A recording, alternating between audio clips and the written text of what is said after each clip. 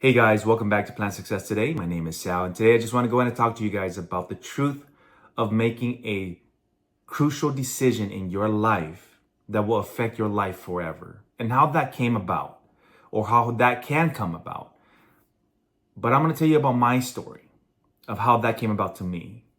And maybe you can relate it to your story, or maybe you haven't come to the point in life where you're making that crucial decision yet. But I could tell you my story is pretty sad. And every time I talk about it, it brings me to tear because it's real.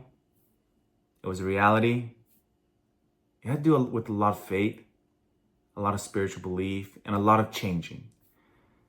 So my life started like everybody else. I'm an Asian community, very, very strict about school and very strict about career and money and everything. Very strict. But growing up, I have an okay life. I wasn't physically abused or verbally abused to the point where I can't stand it.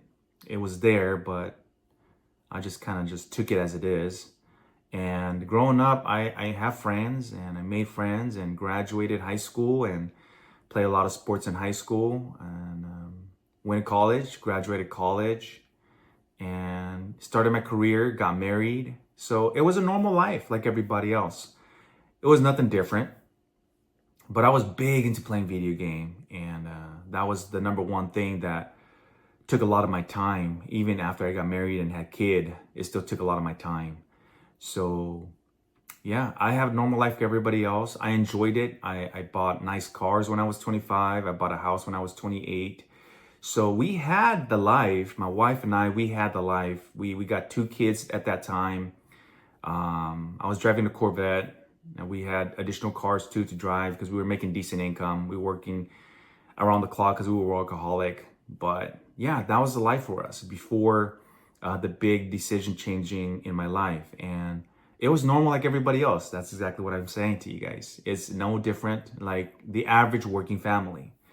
But there will be a turning point. And this is where the turning point starts. I was 23 years old. I graduated college.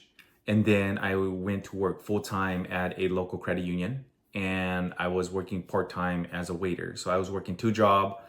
I love working because I like to keep myself occupied. I'm a workaholic. And I was working my full-time job to pay for my bill. My part-time job was to save up for a business that I'm going to start. And if you ask me now what kind of business was I'm going to start, I'm going to tell you that I have no idea. I just wanted to start a business because I never wanted to work for anybody. So I started working a lot and saving money, and my wife was basically the person that took care of the household and the kids. I did have time with the kids and the wifey, but it was far and few in between because I was so busy and occupied with my time because I also spent a lot of time playing video game.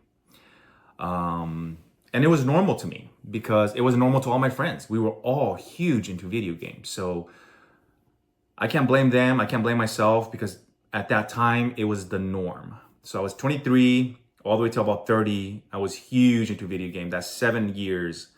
I was playing a lot of video games, but we also had the nice cars. We also had the house, an average family. So we were in the average realm, but I didn't understand what being abnormal is, being successful is until the pinnacle turning point of what I'm about to tell you guys today.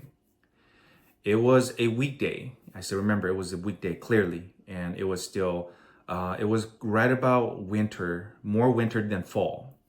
It was late, probably October, early November.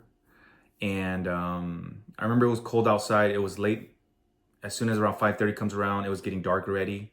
I got home. I got changed to my sweats. And I came and sat right down in front of my PlayStation.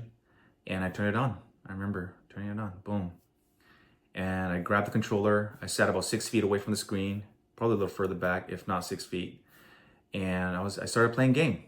And then my wife said, "Hey, come and eat dinner. It's already 7:30." And then I said, "Yeah, give me 10 minutes. I'll come and eat dinner." 10 minutes goes by, 8 o'clock. My wife's like, "I'm gonna take the kids to go take a shower. The dishes are there. If you could wash it after you finish, that'll be great." I said, "Sure, yeah, that's fine. I'll come and eat and I'll wash the dishes." She took the kids to sleep. I could hear the shower. I could hear the water running. And then around 8:30, I guess, my daughter came out and my daughter's like, Dad, can you read to me? So she gave me a book. It's a very, very thin book, probably about 5-6 pages. And I said, yeah. I didn't even look at her. I said, yeah, give me a couple minutes. All at the time, I still haven't ate my dinner. I still haven't washed dishes. And then now I gave the excuse to my daughter 5-10 minutes. She went back to the bed. And then she came back out literally 10-15 minutes later. She was like, Dad, can you read to me? I was like, yeah. So I was a little bit more harsh now because I was like, come on, give me a break. I'll be right there, right? So I was like, yeah, give me a couple minutes. So I was a little louder, and then she went to the bed. That time never came. And this is the turning point in my life. About 11:30. I don't quite remember, about 11:30. I turned off the video game. I remember the sound of the video game turning off. Everything. I got up. I spun around. My plate was still there. There were 4 seats. Mine was the only plate there. I look at the dishes in the sink and I was like, wow, there's still dishes here. Okay.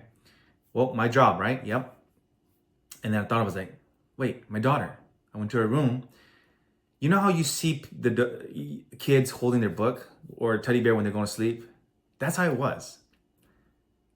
And that's what blew my mind, is that I didn't eat dinner with my family.